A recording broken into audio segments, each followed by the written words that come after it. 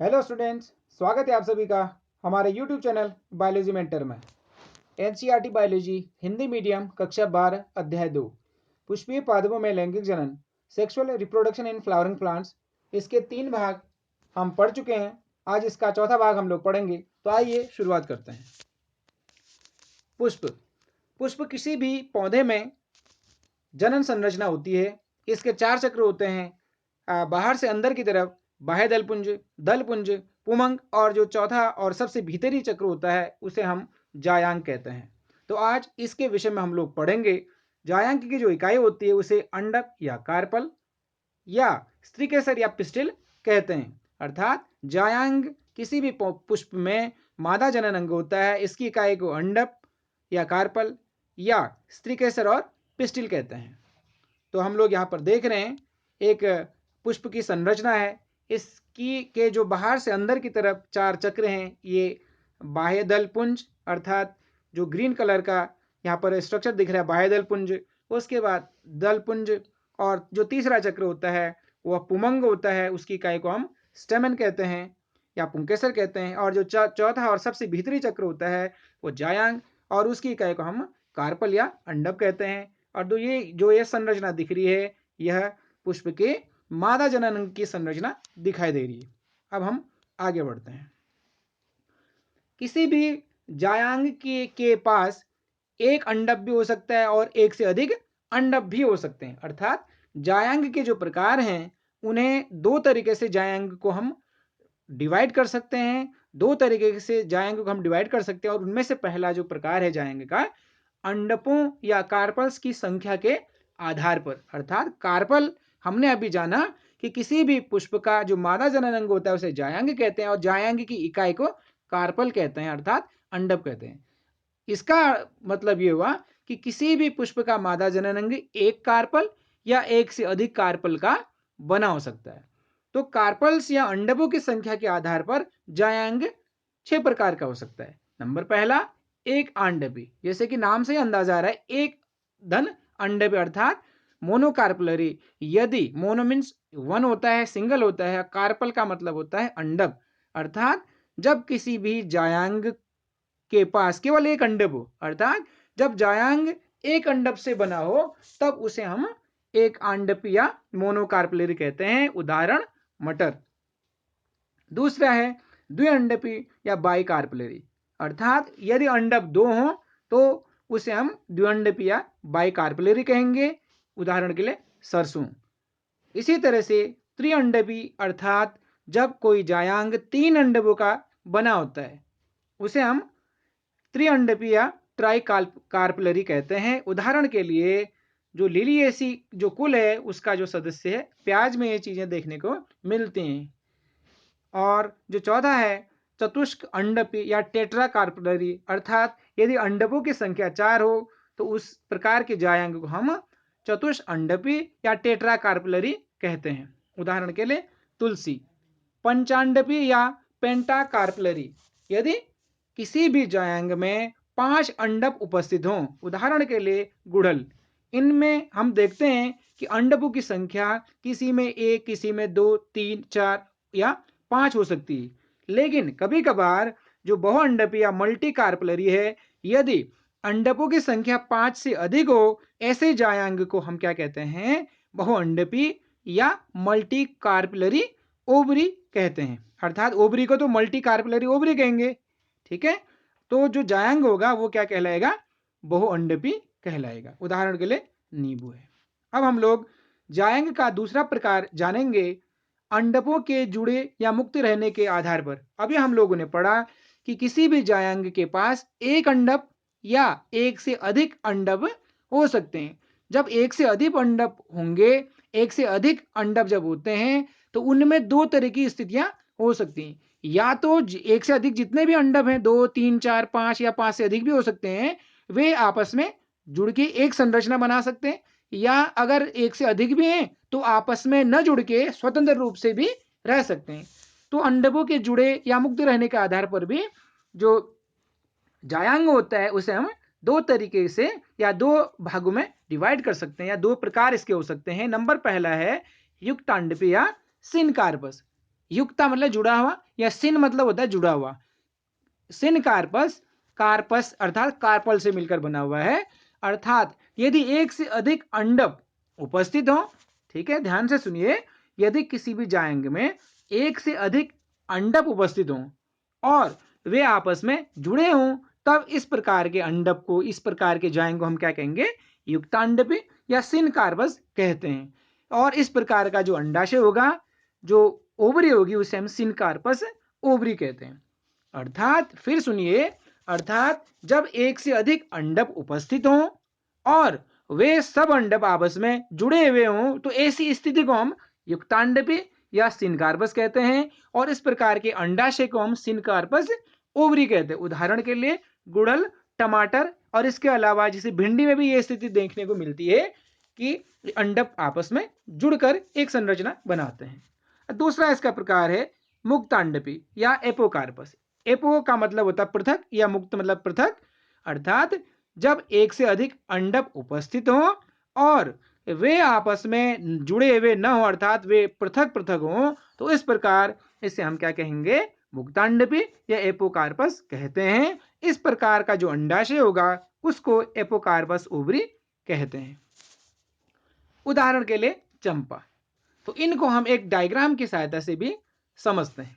यहां पर एक डायग्राम दिया हुआ है, तो सबसे पहला जो यहां पर आप देखेंगे, जो मादा जनन अंग है, स्त्री केसर या कह सकते हैं उसको अंडक, वो संरचना यहाँ पर दी हुई है। सबसे ऊपर ये वर्तिकाग्र, फिर वर्तिका, फिर यहाँ पर अंडाशय, और ये सब संरचनाएं तो किसके ऊपर प्रेजेंट हैं, किसके ऊपर उपस्थित हैं?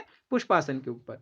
यहाँ पर हम लोग देखते हैं, यहाँ पर दिखाई दे रहा है कि जो गुड़हल है, गुड़हल में 5 यहाँ पर कार्पल उपस्थित हैं और पांचों के पांचों आपस में जुड़कर नीचे एक ही संरचना जा रही है, तो इसको हम सिन कार्पस कहेंगे।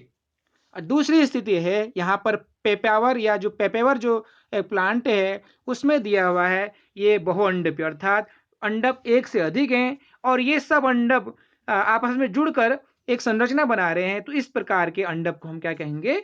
युक्तांडपी या सिनकार्पस।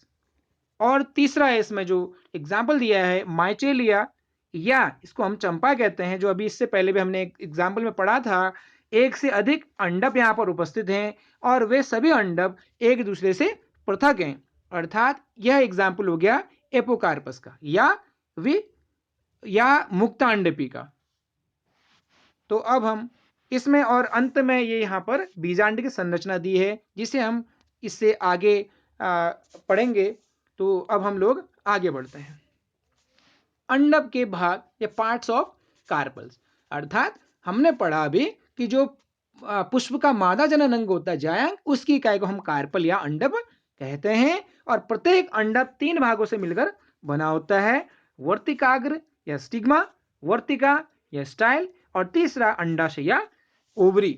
अब हम यहाँ पर इस डायग्राम में देख रहे हैं कि ये एक संरचना है मादा जनन अंग की, अर्थात अंडक की संरचना है। इसके 3 मुख्य भाग है। सबसे ऊपर का भाग है वर्तिकाग्र, उसके नीचे का भाग है वर्तिका, और सबसे नीचे का भाग है अंडाशय। और इस अंडाशय में हम लोग देख रहे हैं, इस अंडाशय, ये जो अंडाशय है, ये जो यहाँ पर एक पुष्पासन दिया है, इसके ऊपर ये संरचनाएं हैं। और हम लोग एक चीज और इसमें गौर करने वाली बात यह है कि जो इनका जो कार्य होता है, प्रत्येक का कार्य अलग अलग है। नंबर पहला, जो स्टिग्मा होती है, स्टिग्मा एक तरह से देखा जाए तो सबसे ऊपर किसी भी अंडक में उपस्थित होती है। और स्टिग्मा में जो ये संरचनाएं होती हैं, जो ये थोड़ा सा उभरी हुई जो संरचना होती है, यहाँ पर परागकण आकर रुकता है। अर्थात स्टिग्मा या वर्तिकाग्र का मुख्य कार्य है परागकणों को ग्रहण करना। जब पॉलिनेशन होता है या परागण की क्रिया होती है, तो उस समय परागकणों को ग्रहण करने का कार्य वर्तिकाग्र या स्टिग्मा के द्वारा किया जाता है। तत्पश्चात दूसरा है वर्तिका, जो दूसरा भाग है वो वर्तिका है या स्टाइल है। इसका कार्य होता है वर्तिकाग्र को अंडाशय से जोड़ना। इस भाग को ये जोड़ने का कार्य कौन करेगा? वर्तिका करेगी या स्टाइल करेगी। तो स्टाइल का मुख्य कार्य होगा वर्तिकाग्र को अंडाशय से जोड़े रखना। पॉलिनेशन के बाद, परागण क्रिया के बाद वर्तिकाग्र पर जब परागकण बैठता है, तो उसके बाद उसमें से परागनली निकलती है और वह परागनली इसी वर्तिका से होते हुए अंडाशय तक पहुंचती है। अब तीसरा जो है वो है अंडाशय। तीसरा है अंडाशय। अंडाशय किसी भी अंडक का सबसे आधार का भाग होता है, जो कि फूला हुआ भाग होता है। किसी भी अंडक का आधार का जो फूला हुआ भाग होता है उसे हम क्या कहते हैं? अंडाशय कहते हैं। और इसी अंडाशय के अंदर ओव्यूल या बीजांड लगे होते हैं। उस बीजांड के अंदर ओव्यूल या बीजांड किस तरह से लगे होंगे? किसी भी अंडाशय में एक संरचना है जिसके द्वारा बीजांड जुड़ा हुआ होगा अंडाशय की भित्ति से। उस संरचना को हम बीजांडासन कहते हैं या उसको प्लेसेंटा कहते हैं। और जो बीजांड होते हैं, बीजांड के अंदर एक संरचना होती है जिसको हम क्या कहते हैं? भ्रूण कोश कहते हैं। और उस भ्रूण कोश के अंदर मादा युग्मक अर्थात अंड कोशिका उपस्थित होती है। इसको अब हम लोग इसी लेक्चर में आगे पढ़ेंगे। अब इन्हीं चीजों को हम लोग देखते हैं यहाँ पर विस्तृत रूप से। नंबर पहला हम लोगों ने पढ़ा था कि जो वर्तिकाग्र या स्टिग्मा है, अंडक का यह सबसे ऊपरी भाग है जो परागकणों को ग्रहण करता है। दूसरा, वर्तिका एक नली है जो वर्तिकाग्र को अंडाशय से जोड़ने का काम करती है, यह भी हमने पढ़ा। और तीसरा, अंडाशय या ओवरी, अंडक का निचला हिस्सा जो फूला हुआ होता है उसे हम क्या कहते हैं? अंडाशय कहते हैं। अंडाशय एक खोखली संरचना है। इसकी गुहा अंडाशय गुहा या चैम्बर या कोष्ठ या लोक्यूल कहलाएगी। अर्थात जो ये संरचना है, अगर हम लोग फीमेल रिप्रोडक्टिव पार्ट ऐसे बनाएं, इस तरह की जो संरचनाएं हैं, यहाँ पर ऐसी संरचनाएं हैं, ये वर्तिकाग्र हो गया, ये वर्तिका, ये अंडाशय है। अंडाशय सबसे उभरा हुआ भाग है और अंदर की तरफ अंडाशय में एक गुहा पाई जाती है जिसको हम क्या कहते हैं? जिसको चैम्बर या कोष्ठ या अंडाशय गुहा या लोक्यूल कहते हैं। और जो ये गुहा होती है, इसी गुहा में अर्थात इसमें जो दीवार है, अंडाशय की जो भित्ति है, उसमें एक संरचना है प्लेसेंटा, उसमें क्या लगे रहते हैं? बीजांड लगे रहते हैं। और जो अंडाशय की जो गुहा होती है वो एक कोष्ठ की भी उसे अर्थात एक ही चैम्बर हो सकता है, उसमें 2 चैम्बर हो सकते हैं, 3 चैम्बर हो सकते हैं, 4 हो सकते हैं, 5 या उससे भी अधिक चैम्बर हो सकते हैं। या चैम्बर मतलब एक तरह से कमरे की जैसी संरचना, एक लोक्यूल इसको कहते हैं या कोष्ठ कहते हैं। अर्थात इस आधार पर अंडाशय क्या हो सकता है? अंडाशय के अंदर जो गुहा हो सकती है वो एक कोष्ठीय हो सकती है, द्विकोष्ठीय, त्रिकोष्ठीय, चतुर्कोष्ठीय, पंचकोष्ठीय या बहुकोष्ठीय हो सकती है।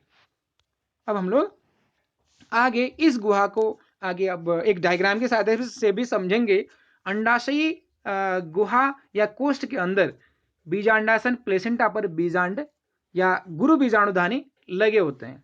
अभी देखने वाली बात यह है कि जो अंडाशयी गुहा है, हमने अभी पढ़ा कि जो अंडाशय होता है, अंडाशय के अंदर कुछ खाली स्पेस होता है, कुछ ऐसा स्थान होता है जो कि क्या हो सकता है कि चैम्बर में कभी कभी उसमें सेप्टा आ सकता है, उसमें एक ऐसी संरचना बन सकती है कि एक से ज्यादा उसमें कोष्ठ हो सकते हैं।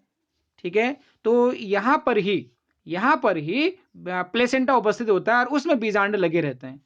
तो इस बीजांड को हम क्या कहते हैं? गुरु बीजाणुधानी भी कहते हैं। याद करिए, हमने पढ़ा इससे पहले वाले जो लेक्चर में पढ़ा था, हमने पढ़ा था कि जो लघु बीजाणुधानी होती है उसके अंदर लघु बीजाणुओं का निर्माण होता है। ठीक है, तो उसी तरह से जो बीजांड होता है उसको हम गुरु बीजाणुधानी भी कहते हैं। इससे अंदाजा आ रहा होगा कि इसी बीजांड के अंदर गुरु बीजाणुओं का निर्माण होगा। अब हम यही चीजें जो अंडाशय के अंदर के कोष्ठ हैं एक चित्र की सहायता से समझते हैं। यहाँ पर आप देख रहे हैं कि यहाँ पर यूनि मतलब होता है सिंगल, यूनिलोक्युलर एक संरचना दी है, यूनिलोक्युलर ओवरी दी है, एक कोष्ठीय संरचना, यहाँ पर एक कोष्ठ की संरचना दी है, ऐसी ओवरी है जिसमें एक ही कोष्ठ है। अर्थात यहाँ पर आप देखेंगे एक खाली स्थान को क्या कह रहे हैं? लोक्यूल या कोष्ठ कह रहे हैं। एक कोष्ठ है तो एक कोष्ठीय हो गया, और दूसरा ये 2 कोष्ठ दिखाई दे रहे हैं। और ये संरचनाएं हैं, जो ये संरचनाएं क्या हैं? ये बीजांड की संरचना है। और छोटी सी संरचना अगर यहाँ पे आप देखेंगे अंदर की तरफ जिससे ये जुड़ा हुआ है तो उसको हम क्या कहते हैं? प्लेसेंटा कहते हैं। यहाँ पर 3 कोष्ठ दिए हैं तो त्रिकोष्ठीय या ट्राइलोक्युलर हो गया, और यहाँ पर 4 कोष्ठ हैं तो टेट्रालोक्युलर हो गया, और यहाँ पर 5 कोष्ठ हैं तो इसको हम क्या कहेंगे? पेंटालोक्युलर कहेंगे। अब हम लोग इसमें आगे बढ़ते हैं। अब हम लोग बात करेंगे बीजांड। हमने अभी जाना कि जो पुष्प का मादा जनन अंग होता है उसे हम क्या कहते हैं? जायंग कहते हैं। उसकी इकाई को हम अंडप या कार्पल या स्त्री केसर या पिस्टिल कहते हैं। ठीक है, और इस मादा जनन अंग के तीन जो भाग हैं, वर्तिकाग्र, वर्तिका और अंडाशय। और जो सबसे आधार का अंडाशय होता है उसके अंदर एक संरचना पाई जाती है, उस संरचना को हम क्या कहते हैं, गुरु बीजाणुधानी या बीजांड कहते हैं। तो उसी बीजांड या ओव्यूल या मेगास्पोरेंजियम या गुरु बीजाणुधानी, इसी के विषय में अब हम लोग पढ़ेंगे। बीजांड साधारणतया अंडाकार होता है, अर्थात जो बीजांड होता है, जैसे जो अंडाशय होता है, जैसे ये अंडाशय है, सबसे नीचे का जो भाग होता है अंडाशय, इसी के अंदर बीजांड पाया जाता है। और जो बीजांड होता है एक अंडाकार संरचना होती है, यह एक बीजांड वृंत या फ्यूनिकल द्वारा बीजांडासन या प्लेसेंटा से जुड़ा होता है। अर्थात जो ये बीजांड होगा, ठीक है, जो बीजांड होगा, ये बीजांड अंडाशय से जिस संरचना के द्वारा जुड़ा होगा उस संरचना को क्या कहेंगे, उस संरचना को बीजांड, बीजांडासन कहेंगे। अर्थात जो बीजांड होगा, बीजांड अंडाशय की दीवार से जुड़ा होगा, ठीक है। तो बीजांड फ्यूनिकल या बीजांड वृंत नामक संरचना के द्वारा प्लेसेंटा से जुड़ा होगा। जिस स्थान पर बीजांड वृंत या फ्यूनिकल द्वारा जुड़ा रहता है उस हिस्से को हाइलम कहते हैं। बीजांड द्वार के ठीक विपरीत हिस्से को कैलाजा कहते हैं। तो ये चीजें यहाँ पर लिखी, आप भी खुद पढ़ सकते हैं, और मैं एक डायग्राम से इसको पूरा समझाने का प्रयास करता हूँ। तो एक डायग्राम से आप बेहतर समझेंगे, इसीलिए मैं इस डायग्राम को पहले समझाने का प्रयास करता हूँ। ये एक बीजांड या ओव्यूल की संरचना है। एक परिपक्व जो बीजांड होता है उसकी ये संरचना है। इसमें हम लोग देख रहे हैं ये जो बीजांड दिया हुआ है, सबसे पहले या फ्यूनिकल जो संरचना है उसके बारे में हम लोग जिक्र करते हैं। फ्यूनिकल एक ऐसी संरचना है जो इस बीजांड को बीजांडासन या प्लेसेंटा से जोड़ेगा। अर्थात एक तरह से एक डंठल की जैसी संरचना है। ये मान के चलो कि ये अंडाशय की जो दीवार है, यहाँ पर ये प्लेसेंटा है, ठीक है। इस प्लेसेंटा से जोड़ने का कार्य इस बीजांड को कौन करेगा, फ्यूनिकल करेगा, ठीक।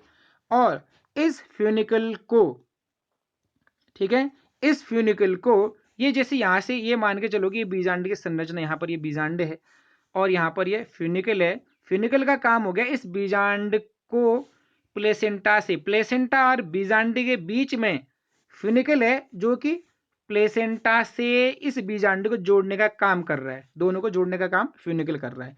साथ ही साथ यहाँ ये संरचना है बीजांड की, ठीक है। इस बीजांड में एक संरचना है हाइलम। हाइलम एक संरचना है जो कि बीजांड को फ्यूनिकल से जोड़ेगा। फिर ध्यान से सुनिए, जो फ्यूनिकल है, फ्यूनिकल का कार्य हो गया बीजांड को अंडाशय में जो की दीवार में जो उपस्थित एक संरचना होती है बीजांडासन या प्लेसेंटा, जैसे ये प्लेसेंटा है, इस प्लेसेंटा से ये बीजांड को फ्यूनिकल जोड़ेगा और इस फ्यूनिकल से बीजांड को जोड़ने का कार्य कौन करेगा, हाइलम करेगा, ठीक है। हाइलम एक ऐसी संरचना है जो कि फ्यूनिकल से बीजांड को जोड़ेगा, ठीक। इतनी चीजें समझ में आ रही होंगी। अब हम लोग आगे बढ़ते हैं। प्रत्येक जो बीजांड होता है, प्रत्येक बीजांड उसका जो मुख्य अंदर का जो इस संरचना, अंदर की जो संरचना होती है, एक कुछ कोशिकाओं का समूह होता है, या कह सकते हैं कि ऊतक होता है। इसको क्या कहते हैं, इसको कहते हैं बीजांडकाय या न्यूसेलस। ध्यान से सुनिए, प्रत्येक जो बीजांड होता है उसके अंदर कोशिकाओं का समूह होता है या एक ऊतक होता है। उस ऊतक को हम क्या कहते हैं, बीजांडकाय कहते हैं, या कह सकते हैं कि बीजांड का जो मुख्य शरीर होता है, बहुत सारी कोशिकाएं या ऊतक पाया जाता है, उस ऊतक को हम क्या कहते हैं, बीजांडकाय या न्यूसेलस कहते हैं। और इसकी प्रत्येक कोशिका कैसी होती है, द्विगुणित होती है, ठीक है। अब ये जो बीजांडकाय होता है, इस बीजांडकाय के अंदर बीच में एक संरचना पाई जाती है जिसे हम क्या कहते हैं, भ्रूण कोश कहते हैं, या इसी को मादा युग्मकोद्भिद या फीमेल गेमेटोफाइट कहते हैं, क्योंकि इसके अंदर फीमेल गेमेट बनता है। अब हम लोग आगे बढ़ते हैं। जो बीजांड है, इस बीजांड का जो बीजांडकाय है वो दोहरी आवरण वाले एक झिल्ली से ढका रहता है। दोहरी आवरण वाली जो दो परतें होती हैं उसमें एक बाह्य आवरण या आउटर इंटेग्यूमेंट होता है, बाह्य अध्यावरण या बाह्य आवरण इसको कहते हैं, या आउटर इंटेग्यूमेंट इसको कहते हैं। ये प्लस इसके ठीक अंदर अंतः आवरण या इनर इंटेग्यूमेंट, ये संरचना इसको कहते हैं। तो ये संरचनाएं पाई जाती हैं। और ये संरचनाएं इस बीजांड के जो अंदर बीजांडकाएं होती है उसको चारों तरफ से ढक रही हैं, लेकिन एक स्थान ऐसा है जहां से ये ढका हुआ नहीं होता है। उस स्थान को बीजांड द्वार या माइक्रोपाइल भी कहते हैं। आप इन चीज़ों को नोट करिए कि जो इंग्लिश टर्म होते हैं, क्योंकि इसमें ये एनसीईआरटी का ही डायग्राम है, हिंदी मीडियम क्लास 12 का डायग्राम है, इसीलिए यहाँ पर इंग्लिश वर्ड्स नहीं है इस डायग्राम में, लेकिन इंग्लिश वर्ड का हम लोग यूज़ करेंगे। इसीलिए जो मैं दोनों लैंग्वेज में नाम बता रहा हूँ उनको आपको याद करना है, और आगे आने वाले समय में इसी चैप्टर में जब हम आगे आगे बढ़ेंगे तो उनके जो नाम होंगे वहाँ आपको कन्फ्यूज़न फिर नहीं होगा। फिर ध्यान से सुनिए, जो बीजांड है, बीजांड का जो मुख्य शरीर होता है, इसमें जो अंदर की कोशिका होती है उसको बीजांड का या न्यूसेलस कहते हैं, और उसकी प्रत्येक कोशिका होती है ट्वेन होती है। इसके ठीक अंदर मतलब मध्य में भ्रूणकोश उपस्थित होता है, या जिसको हम एम्ब्रियोसेक या मादा युग्मकोद्भिद या फीमेल गेमेटोफाइट कहते हैं। अब जो बीजांडकाएं होती है वो दोनों साइड से दोहरी आवरण से ढका रहता है। ये बाह्य वाले को बाह्य आवरण या बाह्य अध्यावरण या आउटर इंटीगुमेंट, और अंतः जो परत होती है उसको अंतः आवरण, जो जैसे ये बाह्य अध्यावरण हो गया और ये संरचना होगी अंतः आवरण या अंतः अध्यावरण या इनर इंटीगुमेंट इसको कहेंगे। अब साथ ही साथ ये जो अध्यावरण है, अध्यावरण एक स्थान से यहाँ पर नहीं जुड़ा रहता है, या एक स्थान से अध्यावरण खाली रहता है, या एक कह सकते हैं कि एक जगह यहाँ पर ऐसी है जहाँ पर ये अध्यावरण उपस्थित नहीं होता है। इस संरचना को या इस उसको स्ट्रक्चर हम क्या कहते हैं, बीजांड द्वार या माइक्रोपाइल कहते हैं। और इस माइक्रोपाइल के ठीक विपरीत वाला ये है, जैसे यहाँ पर ये माइक्रोपाइल है तो इसका ठीक विपरीत दिशा ये होगी, इसको हम कैलाजल सिरा या निभागीय सिरा कहते हैं। अब बात करते हैं इस बीजांड काय के आगे के या इस बीजांड के और गुणों के बारे में। इसमें हम लोग एक बार देख भी लेते हैं। बीजांड के मुख्य भाग को बीजांड का या न्यूसेलस कहते हैं, जो दो आवरणों से ढका रहता है, बाहरी अध्यावरण आउटर इंटीगुमेंट तथा भीतरी अध्यावरण इनर इंटीगुमेंट। बीजांड का जो भाग अध्यावरण से ढका नहीं रहता उस स्थान को बीजांड द्वार या माइक्रोपाइल कहते हैं। इसको हमने पढ़ लिया था, समझ लिया था।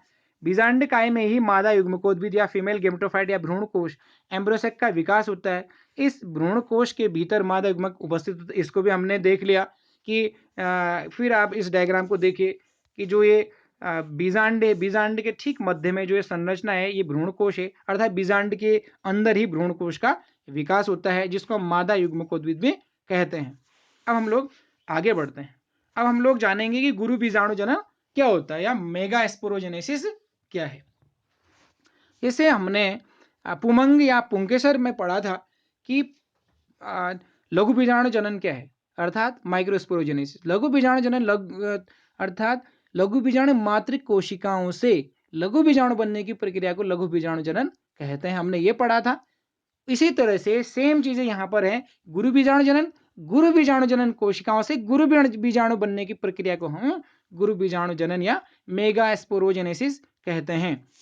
गुरु बीजाणु मातृ कोशिका या मेगास्पोर मदर सेल से गुरु बीजाणु के निर्माण की प्रक्रिया को गुरु बीजाणु जनन या मेगास्पोरोजेनेसिस कहते हैं। अर्थात जो गुरु बीजाणु है, गुरु बीजाणु किससे बनेगा, गुरु बीजाणु मातृ कोशिका से या मेगास्पोर मदर सेल इंग्लिश में उसको कहेंगे, उससे बनेगा गुरु बीजाणु। तो गुरु बीजाणु जिस कोशिका से बनेगा वो 2n होगा, और गुरु बीजाणु क्या होगा, n होगा। अर्थात निश्चित रूप से यहाँ पर कौन सा विभाजन या कौन सा डिवीजन देखने को मिलेगा, मियोसिस देखने को मिलेगा।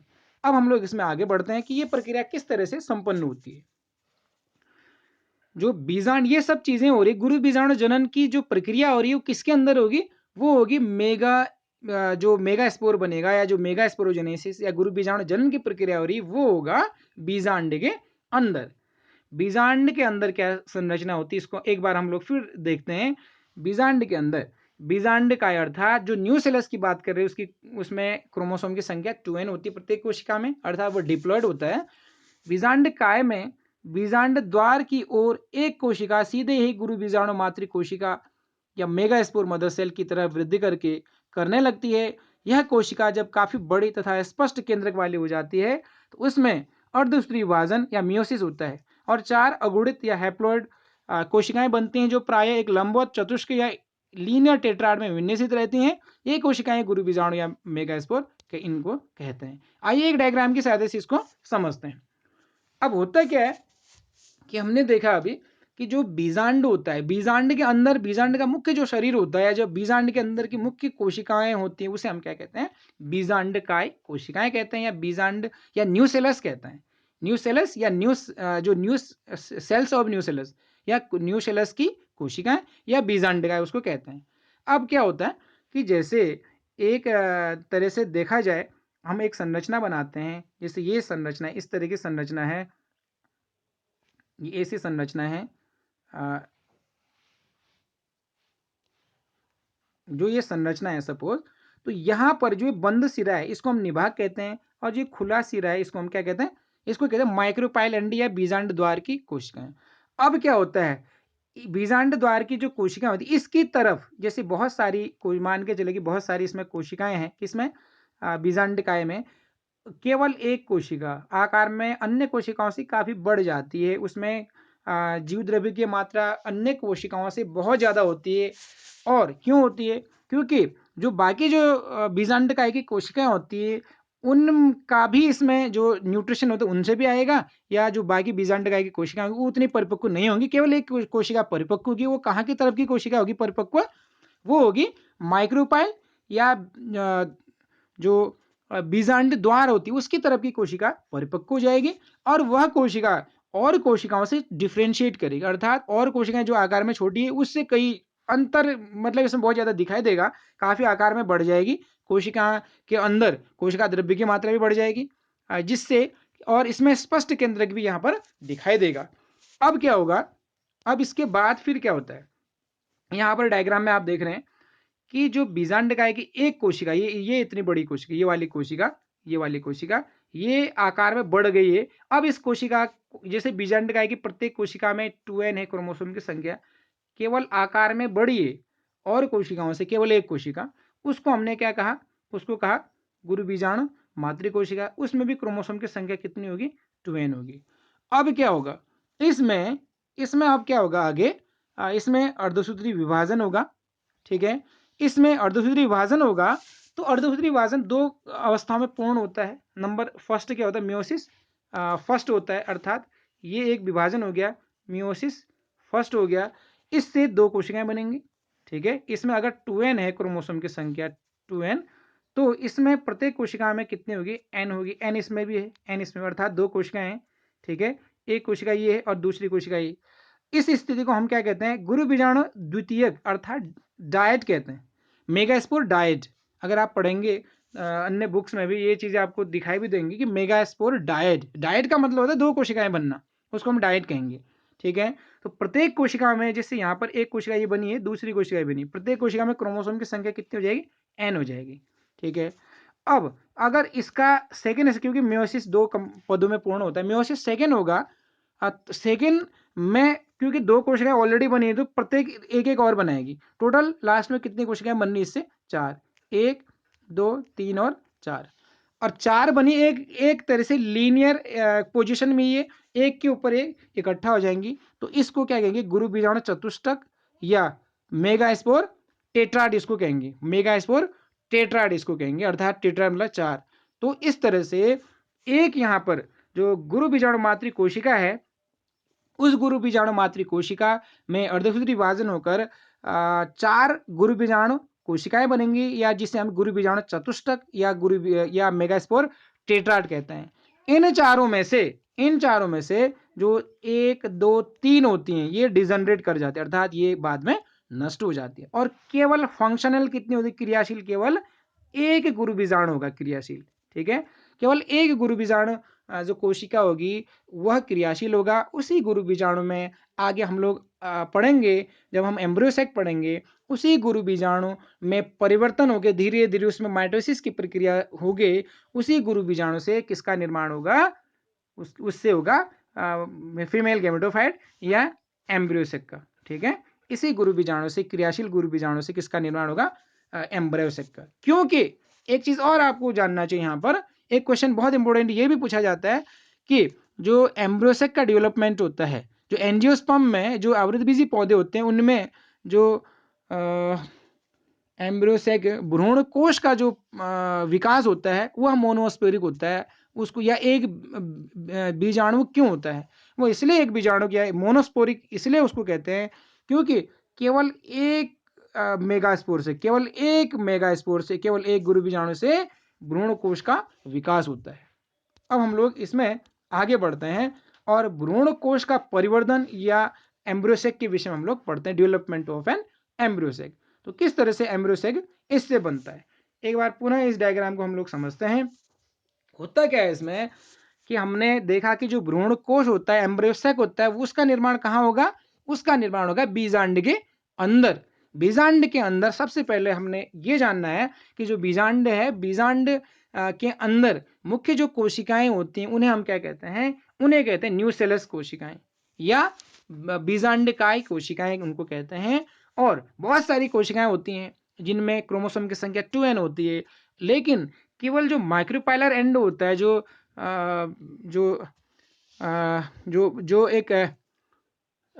जो एक माइक्रोपाइलर एंड जो होता है उस संरचना उस जो स्थान होता है, ठीक है, या जिसको बीजांड द्वार कहते हैं, माइक्रोपाइलर एंड या बीजांड द्वार, उसकी कोशिका उसी साइड की कोई एक कोशिका आकार में बढ़ती है और उसमें कोशिका द्रव्य की मात्रा भी बढ़ जाती है, उसमें स्पष्ट केंद्रक भी दिखाई देता है और उस कोशिका को अब क्या कहेंगे, मेगास्पोर मदर सेल या गुरु बीजाणु मातृकोशिका कहेंगे। उस गुरु बीजाणु मातृकोशिका में मेयोसिस फर्स्ट होगा, उससे बनेगा 2 कोशिकाएं बनेंगी। इस स्थिति को हम क्या कहते हैं, इसको कहेंगे मेगास्पोर डाइट कहेंगे। अब आगे मेयोसिस सेकंड कंप्लीट होगा, उससे 4 मेगास्पोर बनेंगे, इसको हम क्या कहेंगे मेगास्पोर टेट्राड कहेंगे। 1 2 3 4 बन गए हैं। अब इनमें से ऊपर की 3 नष्ट हो जाएंगी और एक केवल फंक्शनल होगा, उसको हम क्या कहेंगे, उस जो क्रियाशील गुरु बीजाणु उसको कहेंगे या फंक्शनल मेगास्पोर कहेंगे।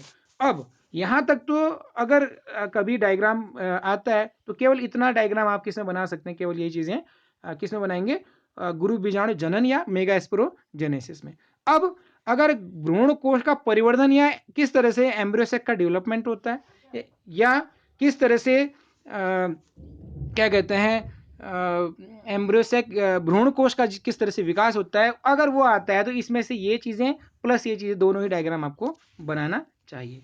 अब हम लोग इससे आगे बढ़ेंगे कि जो 3 के 3 गुरु बीजाणु क्रियाशील नहीं रहेंगे, अर्थात ये क्रियाशील नहीं होते हैं, ये नष्ट हो जाते हैं, केवल एक क्रियाशील होता है। उससे आगे ये जो कैसे विकास होगा, पहला क्या होता है इसमें माइटोसिस फर्स्ट होगा, अर्थात इसमें समसूत्री विभाजन फर्स्ट हुआ। फर्स्ट समसूत्री विभाजन के द्वारा एक कोशिका का जो केंद्रक है कितने भागों में बढ़ गया, 2 भागों में। यहाँ पर 2 भागों में बढ़ गया, लेकिन यहाँ पे साइटोप्लाज्म का डिवीजन नहीं हो रहा है, अर्थात मुक्त केंद्र की डिवीजन होता है, मुक्त केंद्र की विभाजन यहाँ पर होगा।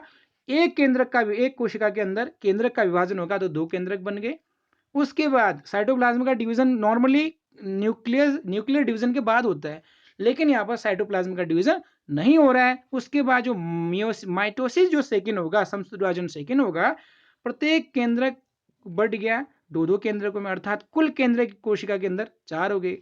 उसके बाद जो माइटोसिस जो थर्ड होगा, अर्थात जो माइटोसिस थर्ड होगा, या तीसरी बार जो समसूत्री विभाजन होगा, प्रत्येक कोशिका और बटेगी, 2 कोशिका बनाएगी, तो कुल एक छोर पे या एक ध्रुव पे 3 केंद्रक और दूसरे ध्रुव पर भी कितने केंद्रक बन जाएंगे, 4, मतलब 4 केंद्रक एक ध्रुव पे और 4 केंद्रक दूसरे ध्रुव पे बन जाएगा, अर्थात कुल केंद्रक एक कोशिका के अंदर कितने हो जाएंगे, 8 हो जाएंगे। अब होता क्या है, क्योंकि 8 केंद्रक बन गए, अब तब जाके अब इसमें किसका डिवीजन होगा, साइटोप्लाज्म का डिवीजन होगा, ठीक है। अर्थात ये चीजें कैसी हो रही है, मुक्त केंद्र की विभाजन इसमें हो रहा है। अब होगा साइटोप्लाज्म का डिवीजन। इसमें होगा क्या, उससे भी पहले इसमें एक इस छोर पे, अर्थात 2 छोर होंगे, एक छोर होगा आपका माइक्रोपाइलर एंड की तरफ और दूसरा कहाँ होगा, निभाग की तरफ, ठीक है। जो माइक्रोपाइलर एंड है, माइक्रोपाइलर एंड या जिसको कहेंगे, क्या कहेंगे, बीजांड द्वार सिरा जो होता है, उसकी तरफ क्या एक केंद्रक मध्य में आ जाएगा।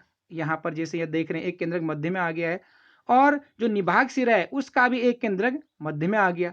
इस तरह से दोनों ही छोरों पर अब कितने कितने केंद्रक रह गए, 3 रहेंगे, 3 यहाँ, 3 इधर भी रहेंगे, अर्थात 3 केंद्र दोनों छोर पे और एक केंद्र, 2 केंद्रक आगे बीच में, कुल केंद्रक अभी भी कितने, 8 हैं। अब क्या होगा, जो माइक्रोपाइलर जो एंड है, माइक्रोपाइलर एंड में 3 जो केंद्रक अवशेष बचे थे, उन तीनों केंद्रक को से वो तीनों केंद्रक क्या करेंगे, अपने साथ अब कोशिका द्रव्य भी ले जाएंगे, अर्थात साइटोप्लाज्म का भी डिवीजन हो जाएगा। तो कितनी कोशिकाएं वहां पर बन जाएंगी, 3 कोशिकाएं बन जाएंगी। और दूसरी तरफ भी क्या हो जाएगा, जो निभाग शिरा है उसमें भी जो 3 केंद्रक थे, प्रत्येक अपने साथ कोशिका द्रव्य को भी अब समाहित करेगा और वहां पर भी कितनी कोशिकाएं बन जाएंगी, 3 कोशिकाएं बन जाएंगी। इस तरह से दोनों ही छोरों पर 3-3 कोशिकाएं बन गई, कितनी कोशिकाएं होगी, 6 कोशिकाएं होगी। और जो बीच में जो 2 केंद्रक थे, वो दोनों ही केंद्रक आपस में 2 स्थितियां हो सकती हैं, आपस में जुड़कर द्वितीय केंद्रक भी बना सकते हैं, या आपस में एक साथ रह सकते हैं, और उस स्थिति को हम क्या कहते हैं, पोलर न्यूक्लियर या ध्रुवीय केंद्रक उसको हम कहते हैं। और बीच में जो बड़ी संरचना है, तो एक तरह से केंद्रीय कोशिका या सेंटर सेल या सेंट्रल सेल नामक एक कोशिका बन जाएगी। तो इस तरह से कुल एक जो भ्रूण कोश अब आगे डेवलप हो रहा है, अब विकसित भ्रूण कोश हो रहा है, एम्ब्रोसेक बनेगा, उसमें क्या स्थिति होगी, उसमें क्या हो जाएगा, उसमें कुल 8 केंद्रक, अर्थात 3 एक साइड को 6 केंद्रक और 2 केंद्रक बीच में, टोटल 8 केंद्रक बनेंगे। लेकिन कोशिकाएं बनेंगी 7, चलाजल या निभाग की तरफ की 3 कोशिकाएं, और प्लस दूसरा जो बीजांड द्वार की तरफ की 3 कोशिकाएं, 6 कोशिकाएं, और बीच की सेंटर की 1 कोशिका, अर्थात कुल कोशिकाओं की संख्या 7 हो जाएगी, लेकिन केंद्र की संख्या 8 हो जाएगी। तो ये प्रश्न भी पूछा जाता है कि जो एम्ब्रोसेक होता है, तो उसमें दर्शाइए, उसमें आप स्पष्ट रूप से बताइए कि क्या यह मतलब किस तरह से ये 8 केंद्र की और 7 कोशिकीय स्ट्रक्चर के रूप में बदलता है। तो इसमें अंत में क्या होता है कि जो निभाग सिरा होता है, वहां उन तीनों कोशिकाओं के समूह को, उनको क्या कहेंगे, एंटीपोडल्स या प्रतिमुखी कोशिकाएं या प्रतिध्रुवीय कोशिकाएं उनको कहते हैं। और जो मध्य की जो केंद्रक होते हैं, उन केंद्रकों को क्या कहते हैं, पोलर न्यूक्लियर या ध्रुवीय केंद्रक कहते हैं। कभी कभी वो जुड़ के एक संरचना बनाते, उसको हम द्वितीय केंद्रक या सेकेंडरी न्यूक्लियस भी कहते हैं। और इस कोशिका को हम सेंट्रल कोशिका या सेंट्रल सेल कहते हैं, केंद्रीय कोशिका या सेंट्रल सेल कहते हैं। अब जो माइक्रोपाइल एंड की तरफ की 3 कोशिकाएं होती हैं, उनमें से 2 कोशिकाओं को हम क्या कहते हैं, सिनर्जिड्स या सहायक कोशिकाएं कहते हैं। और जो एक कोशिका और होती है, उसको हम क्या बनाती है, एग या फीमेल गैमेट या मादा युग्मक का निर्माण करती है। एक चीज और जानने वाली बात है कि जो सिनर्जिड्स या सहायक कोशिकाएं होती है, उनके अंदर कुछ इस तरह की संरचनाएं आने लगती हैं, इस तरह की जो संरचनाएं आने लगते हैं, इस तरह की संरचना, जिसे यहाँ पर डायग्राम में आप देखेंगे, जो ये संरचना होती है, इन संरचना को हम क्या कहते हैं, फिलिफॉर्म ऑपरेटस कहते हैं, फिलिफॉर्म ऑपरेटस कहते हैं। इनका कार्य होता है, जब परागनली यहाँ पर आएगी, परागनली जब आती है, तो जो सिनर्जिड्स या होती है, सहायक कोशिकाएं होती है, इनके अंदर से इसको इजीली प्रवेश करने दिया जाता है। इसके लिए निर्देशित करते हैं कि भाई आप हमारे अंदर से होते हुए आगे को जा सकते हैं, या सहायक कोशिकाएं अपने अंदर उनको आने के लिए उनको निर्देशित करती हैं। किसका काम होता है ये कार्य, ये होता है फिलिफॉर्म ऑपरेटस का कार्य। एक चीज और बड़ी इंपॉर्टेंट चीजें अक्सर पूछा जाता है कि ये जो एग सिनर्जिड से मिलकर कौन सी संरचना बनाते हैं। जो फीमेल गैमेट अर्थात एग है, प्लस जो सिनर्जिड्स हैं या सहायक कोशिकाएं, तीनों ही मिलकर किसका निर्माण करेंगे, एग अपैरेटस का निर्माण करेंगे, या अंड उपकरण उसको कहते हैं, उसका ये निर्माण करते हैं। तो ये चीजें जो हमने पढ़ा, इस डायग्राम की सहायता से भ्रूण कोश का परिवर्धन किस तरह से एंजियोस्पर्म में होता है, तो ये लिखित रूप में भी है, तो इसको एक बार पूरा पढ़ लेते हैं। जो मैंने समझाया था वही चीजें इसमें भी हैं, तो इसको और अच्छे तरीके से समझ में आएगा, इसलिए इसको एक बार देख लेते हैं। एक आवृतबीजी बीजांड का या न्यूसेलस के बीजांड द्वारीय या माइक्रोपाइलर जो सिरा होता है, उसकी ओर एक गुरु बीजाणु मातृकोशिका है। एमएमसी में मियोसिस से 4 गुरु बीजाणुओं या मेगास्पोर्स का निर्माण प्रायः लंबवत चतुष्क लीनियर टेट्राड के रूप में होता है। इनमें से एक प्रायः गुरु बीजाणु या मेगास्पोर क्रियाशील हो जाता है। अर्थात मैंने क्या कहा कि जो बीजांड होता है, उस बीजांड के अंदर बीजांड काय में उस बीजांड के अंदर बीजांड काय में होता क्या है कि जो ये इस तरह की संरचना होती हैं, उनमें जो मेगास्पोर मदर सेल होता है, मेगास्पोर मदर सेल से जो 2n होता है, इस 2n से जो जो स्पोर बनेंगे, 4 बनेंगे, इस तरह की संरचना होती है। जो ऊपर की जो 3 है, ये डिजेनरेट हो जाती है, अर्थात नष्ट हो जाती है। जो लास्ट वाला होता है, ये क्रियाशील हो जाता है। इसी स्थिति को क्या कहा गया है, लीनियर टेट्राड कहा गया है। लंबवत चतुष्क या लीनियर टेट्राड इसको कहते हैं। अब आगे क्या होता है कि जो हमने अभी जो जिक्र किया था कि जो फंक्शनल, जैसे ये गुरु बीजाणु है जो कि क्रियाशील गुरु बीजाणु है, इसके साथ जो 3 और गुरु बीजाणु बने थे ये तीनों के तीनों नष्ट हो जाएंगे। ये चौथा जो क्रियाशील गुरु बीजाणु बना, इसी गुरु बीजाणु से अब किसका निर्माण होगा आगे, अब एम्ब्रियो से क्या भ्रूण कोश का निर्माण होगा। ये हमने एक डायग्राम की सहायता से भी समझा था। यही क्रियाशील गुरु बीजाणु 3 बार समसूत्र विभाजन के द्वारा 8 केंद्रकीय और कितने कोशिकाएं होती है, 7 कोशिकीय भ्रूण कोश का निर्माण करता है। अर्थात जब भ्रूण कोश के विकास में केवल, अब हम लोग यहाँ पर देख रहे हैं कि टोटल गुरु बीजाणु की संख्या कितनी बनी, 4, लेकिन कितने गुरु बीजाणु एम्ब्रियो या भ्रूण कोश के निर्माण में भाग ले रहे हैं, 1। इसीलिए इसको हम क्या कहेंगे, मोनोस्पोरिक या एक बीजाणु विकास इसको कहते हैं। अर्थात जब भ्रूण कोश के विकास में केवल एक गुरु बीजाणु भाग लेता है तब इसे एक बीजाणु या मोनोस्पोरिक विकास कहते हैं। अब हम लोग आगे बढ़ते हैं। गुरु बीजाणु बीजांडिका या न्यूसेलस से अधिक मात्रा में पोषण प्राप्त करता है। अर्थात जो न्यूसेलस होता है, ठीक है, जो बीजांड के अंदर बीजांडकाय कोशिकाएं होती हैं उन वो बहुत ज्यादा न्यूट्रिशियस होती हैं, पोषक तत्व की मात्रा उनमें बहुत ज्यादा होती है। तब क्या होता है, जो गुरु बीजाणु होता है वो अन्य जो अगल बगल की जो जितनी भी आसपास की जो न्यूसेलस की जो कोशिकाएं होती है उनसे से ज्यादा मात्रा में पोषण प्राप्त करेगा और आकार में बहुत बड़ा होने लगेगा। और तब इसको हम क्या कहते हैं, तब आकार अन्य से भी ज्यादा पोषण ये प्राप्त करने लगेगा, जिसकी वजह से ये काफी बढ़ने लगेगा और जिससे एक तरह से ये किसका कार्य करेगा, एम्ब्रियो मदर सेल का ये कार्य करेगा, जिस अर्थात ऐसी संरचना जिससे कि एम्ब्रियो बनेगा। ठीक है, अब हम लोग इसमें आगे पढ़ते हैं। यह बीजांडकाय का अधिकतम स्थान घेर लेता है। वृद्धि के समय इसका केंद्रक जो लगभग मध्य में स्थित था विभाजित होकर 2 केंद्रों में बन जाएगा। अर्थात एक कोशिका में क्या था, इस तरह की एक संरचना थी, ये आकार में ये कोशिका भी बढ़ जाएगी और जो इसका जो केंद्रक था वो विभाजित हो जाएगा तो 2 केंद्रक बना देगा जो दोनों ही साइड्स में चले जाएगा। ये कौन सा विभाजन हो रहा है, ये माइटोसिस हो रहा है और मुक्त केंद्र की हो रहा है। अर्थात केंद्रक मुक्त रूप से विभाजित हो रहा है लेकिन साइटोप्लाज्म का विभाजन नहीं हो रहा है। आगे क्या होगा, बने हुए दोनों केंद्रकों में से एक एक दोनों विपरीत ध्रुव पर बीजांड द्वार वाला सिरा तथा दूसरा निभाग की ओर स्थित हो जाता है। अर्थात एक कहाँ जाएगा, अभी हमने देखा, एक जाएगा माइक्रोपाइल एंड की तरफ अर्थात जो बीजांड द्वार की तरफ, और दूसरा वाला केंद्र कहाँ चला जाएगा, निभाग की तरफ चला जाएगा।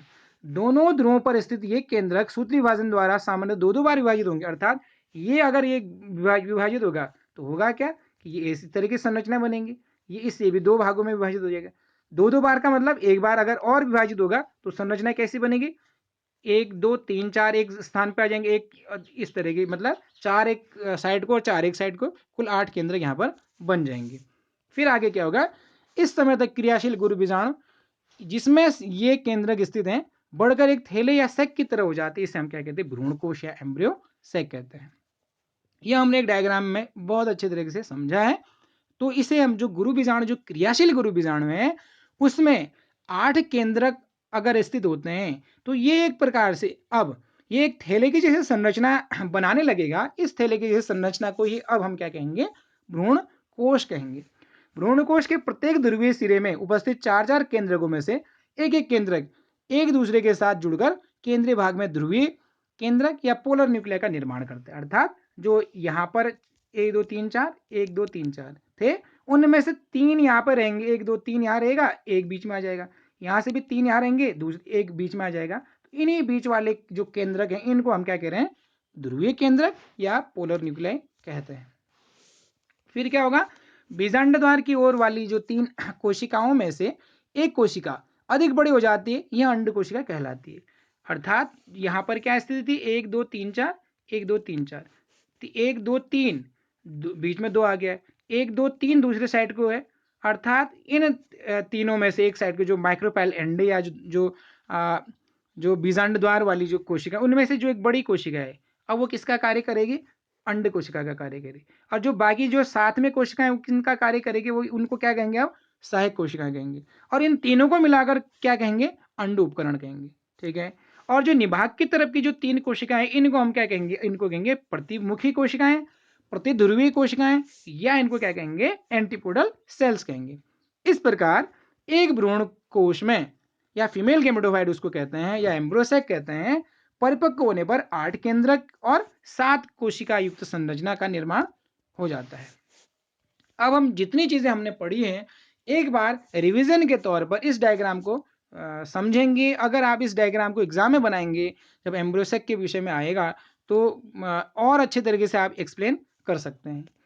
अब सबसे पहले क्या हुआ कि जो बीजांड के अंदर जो न्यूसेलस या जो बीजांड काय की जो कोशिकाएं हैं, उनमें कोई एक कोशिका जो कि किसकी तरफ है, माइक्रोपाइल एंड की तरफ या बीजांड द्वार की तरफ की कोई एक कोशिका आकार में अन्य कोशिकाओं से काफी बड़ी हो जाती है और उसमें केंद्रक स्पष्ट दिखाई देने लगता है। अब इस तरह की कोशिका को क्या कहते हैं, मेगास्पोर मदर सेल कहते हैं। और इसमें क्रोमोसोम की संख्या होती है 2n। अब फिर क्या होगा, आगे क्या होगा, इसमें मियोसिस होगी, अर्थात अर्धसूत्री विभाजन फर्स्ट होगा, जिससे दो कोशिकाएं बन जाएंगी, केंद्रक भी डिवीजन हो गया और साइटोप्लाज्म का भी डिवीजन हो गया। और इस स्थिति को हम क्या कहेंगे, मेगास्पोर डाइट कहेंगे, या मेगास्पोर डाइट। डाइट का मतलब दो, अर्थात इसमें दो कोशिकाएं हैं तो मेगास्पोर डाइट इसको कहेंगे। और प्रत्येक में क्रोमोसोम की संख्या कितनी है, n है। उसके बाद मियोसिस जब सेकंड होता है तो कुल कोशिकाओं की संख्या कितनी बन जाएगी, अब 4 बन जाएगी। और प्रत्येक जो कोशिका होती है इसको हम क्या कहते हैं, मेगास्पोर कहेंगे। और इस समूह को क्या कहेंगे, मेगास्पोर टेट्राड कहेंगे, अर्थात मेगास्पोर टेट्राड, जिसमें प्रत्येक में क्रोमोसोम की संख्या n है, अर्थात ये हैप्लॉइड है। फिर क्या होगा, डिजनरेटिंग मेगास्पोर, अर्थात तीन जो ऊपर 1 2 3 ऊपर के 3 जो मेगास्पोर हैं वो क्या हो जाएंगे, यहाँ पे नष्ट हो जाएंगे। और जो सबसे नीचे का जो मेगास्पोर बचा है वो क्या होगा, क्रियाशील मेगास्पोर या फंक्शनल मेगास्पोर होगा। अब क्या होगा, केवल एक मेगास्पोर से ही अब आगे की प्रक्रिया संपन्न होगी, जिसे इसीलिए हम इसको क्या कहते हैं, मोनोस्पोरिक डेवलपमेंट कहते हैं या एक बीजाणुक विकास कहते हैं। तो अब क्या होगा, इसमें माइटोसिस होगी, क्योंकि एक कोशिका है तो डिवाइड होगी तो दो कोशिकाएं बननी चाहिए, लेकिन दो कोशिकाएं न बनकर, क्योंकि इसमें साइटोप्लाज्म का डिवीजन नहीं होता है, तो यहाँ पर केंद्रकों का केवल विभाजन हो गया, तो एक ऐसी कोशिका बन गई जिसमें दो केंद्रक हैं। फिर क्या होगा, फिर और माइटोसिस होगा, सेकेंड माइटोसिस होगा, दूसरी बार में और माइटोसिस होगा, उससे दो केंद्रक है तो दो दो दो का अगला, उसके बाद कितने केंद्रक हो जाएंगे, 4 केंद्रक वाला एक कोशिका बन जाएगी। अब फिर एक माइटोसिस और होगा, कुल मिलाकर 3 माइटोसिस होते हैं, 3 माइटोसिस, 3 बार, 1 2 और तीसरी बार में माइटोसिस होगा, तो कुल प्रत्येक ध्रुव की तरफ कितने केंद्रक हो जाएंगे, 4 केंद्रक हो जाएंगे। उसके बाद क्या होगा, इनमें क्योंकि केंद्रक का डिवीजन पूरा हो गया है, अब क्या होगा, साइटोप्लाज्म का भी यहाँ पर डिवीजन होगा। और साथ ही साथ जो केंद्रक, 3 केंद्रक एक साइड, 4 केंद्रक एक साइड को थे, तो 4 की जगह एक केंद्रक कहाँ जाएगा, बीच में आ जाएगा। और इस साइड को भी 4 थे, यहाँ से भी एक केंद्रक कहाँ जाएगा, बीच में, अर्थात जो बीच वाले केंद्रकों को हम क्या कहेंगे, ध्रुवीय केंद्रक कहेंगे। आपस में जब मिल जाएंगे इनको हम क्या कहेंगे, द्वितीय केंद्रक भी कहेंगे, जो कि आगे चलकर अब ये एंडोस्पर्म या भ्रूण कोश का निर्माण करने में सहायता करते हैं या भाग लेते हैं। फिर जो माइक्रोपाइलर एंडिया, जो बीजांड द्वार वाली जो जगह है, वहां पर एक को हम क्या कहेंगे, एक को वहां पर जो केंद्रक या एक कोशिका को हम क्या कहेंगे, अंड कोशिका, और जो दो बाकी बच्चे उसको हम क्या कहेंगे, सिनर्जिट्स या सहायक कोशिका, और तीनों को मिलाकर हम अंड उपकरण कहेंगे। अब दूसरी जगह जो कैलाजा जो भाग या जो निभाग जो भाग है, उसकी तरफ की जो 3 कोशिकाओं का जो समूह होगा उसको हम क्या कहेंगे, एंटीपोडल सेल्स कहेंगे, या प्रतिमुखी कोशिकाएं या प्रतिध्रुवी कोशिकाएं कहेंगे। तो इस तरह से हम लोगों ने आज जायांग किसे कहते हैं उसके विषय में पढ़ा, और हमने पढ़ा बीजांड की संरचना कैसी होती है, और बीजांड किस तरह से उसको हम मोनोस्पोरिक कहते हैं, और हमने अंत में हमने पढ़ा कि गुरु बीजाणु जनन क्या होता है, और साथ ही साथ भ्रूण कोश का विकास एंजियोस्पर्म प्लांट्स में किस तरह से होता है। तो आज काफ़ी लंबा लेक्चर हो गया है, तो थोड़ा सा इसको 1-2 बार आप लोग देखिए, बार बार इस वीडियो को देखिए, तो उम्मीद करता हूँ कि आपको अधिकतर जो टर्म्स हैं या टर्मिनोलॉजी है या जो इसके बारे में जो हम लोगों ने आज पढ़ा है, कई चीज़ें आप लोग के समझ में आ गई होंगी। और इस वीडियो को एक से अधिक बार आपको देखने की आवश्यकता होगी, क्योंकि ज़्यादा लेंथी वीडियो आज बन गया है। तो आज यहीं तक, इसके आगे हम लोग पॉलिनेशन के विषय में पढ़ेंगे, अर्थात परागण की क्रिया किस तरह से पौधों में संपन्न होती है उसके विषय में पढ़ेंगे। तब तक आप इस वीडियो को देखिए। अगर आप लोग नए हैं तो प्लीज़ इस चैनल को सब्सक्राइब कीजिए, और जो बेल आइकन है उसको प्रेस कीजिए, जिससे कि हर वीडियो की नोटिफिकेशन आपको आते रहें। तो तब तक के लिए आप लोग यहाँ पर इस वीडियो को देखें। मिलते हैं अगले वीडियो में। Till then take care.